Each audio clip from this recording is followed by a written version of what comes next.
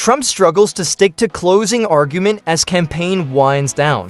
In the final stretch of the 2020 for presidential campaign, former President Donald Trump has been finding it difficult to stick to his closing argument, a carefully curated narrative focused on critical issues like immigration, inflation, and foreign policy. His campaign has doubled down on these three I's, believing they can offer him a crucial advantage over his Democratic rival, Vice President Kamala Harris. However, Trump himself seems increasingly sidetracked by personal attacks, profanities, and off-topic digressions, with Harris becoming the primary target of his ire.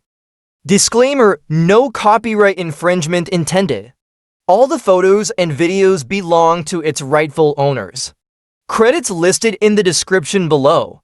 Despite Trump's disciplined messaging on substantive issues, the candidate is leaning more toward personal vendettas in his speeches. The shift is exemplified by Trump's frequent attacks on Harris, including accusations that she is campaigning under the influence of alcohol or drugs, made without evidence. This tension between the campaign's focus on key issues and Trump's personal tirades underscores a deeper challenge. Can Trump keep his closing argument on track? Or will his wandering rhetoric undermine his final push for a return to the Oval Office? From the outset, Trump's 2024 campaign has focused sharply on immigration, inflation, and foreign policy, seeking to capitalize on voter frustrations with the state of the economy, border security, and the US's role on the global stage. His campaign team believes that these three issues resonate deeply with voters, especially in the battleground states that will decide the election. Trump's messaging emphasizes that the nation is in crisis under Harris' leadership. Her ascent to the presidency following President Joe Biden's withdrawal from the race in July has placed her squarely in Trump's crosshairs. The contrast between Trump and Harris is clear. Trump's campaign pitches him as the solution to problems that Harris and the Biden administration have, in his words, created and worsened. Danielle Alvarez, a senior advisor to the Trump campaign, echoed this sentiment, stating, "Kamala has failed over the last 4 years, and only President Donald J. Trump can fix the problems that are facing our nation. That includes inflation, that includes the border, that includes the chaos that we're seeing at home and abroad." Polling backs up some of these assertions. An NBC News survey taken in October 2020 found the race in a statistical tie, with both Trump and Harris drawing 48% of the vote nationally. Trump's advantage is clearest on the three I's, where voters rate him better on immigration, inflation, and foreign policy, specifically his stance on Israel.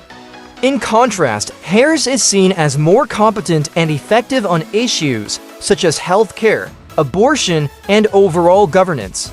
For Trump's campaign, this focus on the I's is a winning formula, allowing them to argue that Trump is the candidate who can reverse what they describe as Harris' domestic and international failures. As Election Day approaches, the electoral map remains a battleground. 7 key states will likely determine the outcome, and both campaigns are pouring resources into flipping these swing states. Polls show tight races in states like Pennsylvania, Michigan, and Arizona, where voters are being bombarded with ads, rallies, and personal appearances by both candidates. Trump's message in these states has been consistent: blame Harris for the current state of the country, particularly on issues of inflation, immigration, and foreign policy. Trump has promised sweeping changes if elected, telling a rally crowd in North Carolina, "With your vote this election, I will end inflation. I will stop the invasion of criminals into our country, and I will bring back, as your president, the American dream." His populist rhetoric, coupled with his past as a businessman, has proven effective in framing him as someone who understands the economic pressures facing voters. His call for tariffs on foreign competitors is designed to appeal to working-class voters who feel left behind by globalization. However, many economists warn that Trump's tariff policies would likely raise prices for American consumers. This has done little to deter Trump, who continues to portray himself as the only candidate capable of revitalizing the economy and restoring the American dream. Despite the disciplined messaging on key issues, Trump's tendency to wander into personal attacks is undermining his closing argument. In recent weeks, his attacks on Vice President Harris have intensified.